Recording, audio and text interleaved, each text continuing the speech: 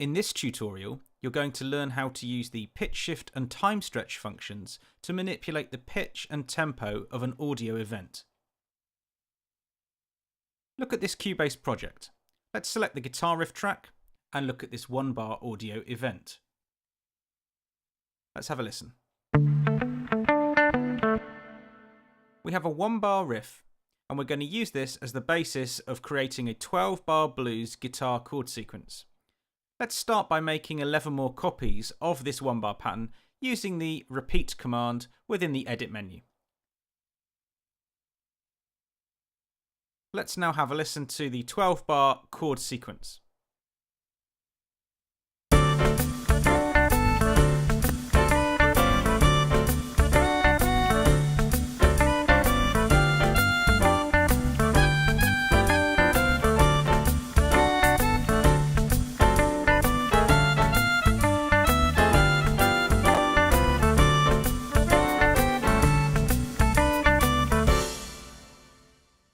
We can hear that there are places where this guitar riff doesn't actually fit. If we look at the chords track underneath the guitar riff track, we can see that there are chords 4 and chord 5 within the 12-bar blues pattern. We now need to use the pitch shift function within Cubase to alter the pitch of the guitar riff at certain points within this 12-bar pattern. Let's select the first guitar riff, which needs to be shifted to chord 4. We're now going to use the audio menu and select process, and from here we're going to choose the pitch shift menu. Within the pitch shift setup window we can set up various features.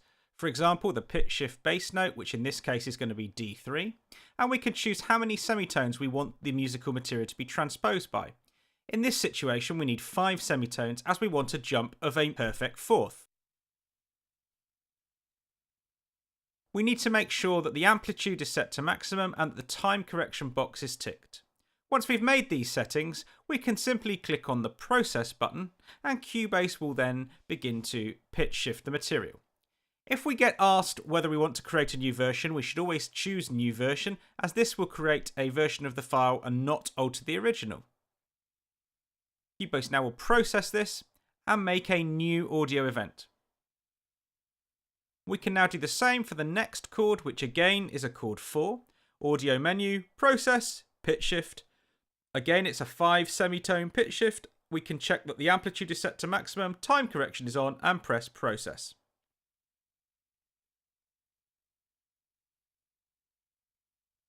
We can then choose to the chord 5 audio loop. Open that in the audio menu, process, pitch shift.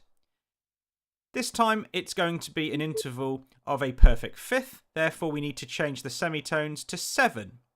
Once again, check the amplitude, time correction, and click process.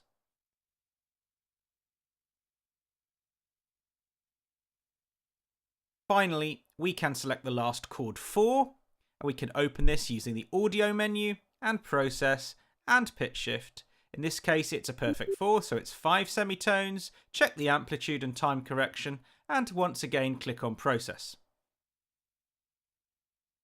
I've now created a 12-bar harmonic pattern that follows the 12-bar blues chord sequence using chords 1, chord 4 and chord 5. We should now be able to select all 12 audio events, and we can set our left and right locators around these by pressing P on the computer keyboard, turn the cycle mode on and have a listen.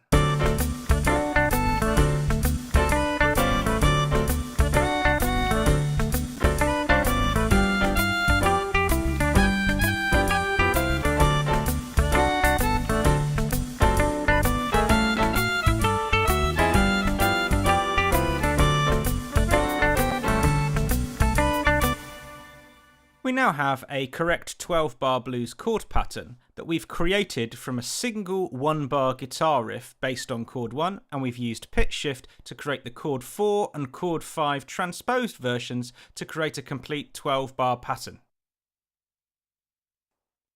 Let's now begin to think about time stretching as another useful function with Cubase and audio events. Let's select the drums loop track, go to the File menu, Import and Import Audio File. And from this list of drums, let's choose Blues Drums 06 and click Open. This has now imported this audio loop into our Blues Cubase project. If we look carefully at the audio event on the project window, which we've imported, we'll notice that it doesn't exactly fit a 4-bar section of our project window. Let's listen to it on its own.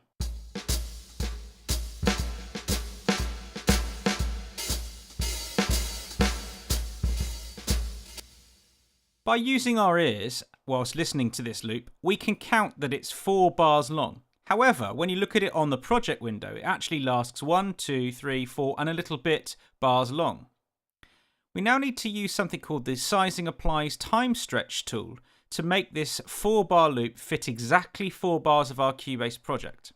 Let's go to the Object Selection tool, choose the drop-down arrow and select the Sizing Applies Timestretch tool. We can now make sure that the snap is on and set to bar. And now we can move this tool to the bottom right hand corner of the audio event. If we now drag it to the left to our nearest 4-bar marker, you'll notice that the audio event is squashed and Cubase automatically time stretches this audio event to fit 4 bars. If we now listen to it back in relation to the Cubase project, we can hear it fit.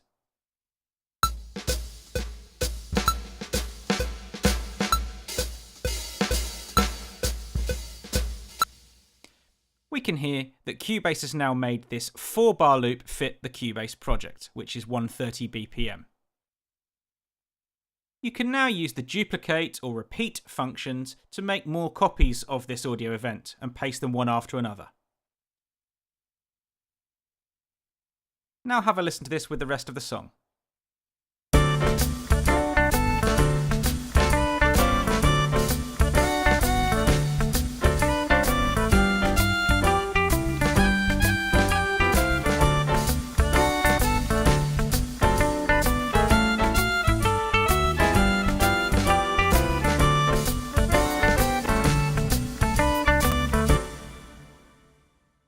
So by using Pitchshift and Sizing Applies Timestretch functions, you can work with loops and samples that aren't originally in the same key or tempo as your main Cubase project.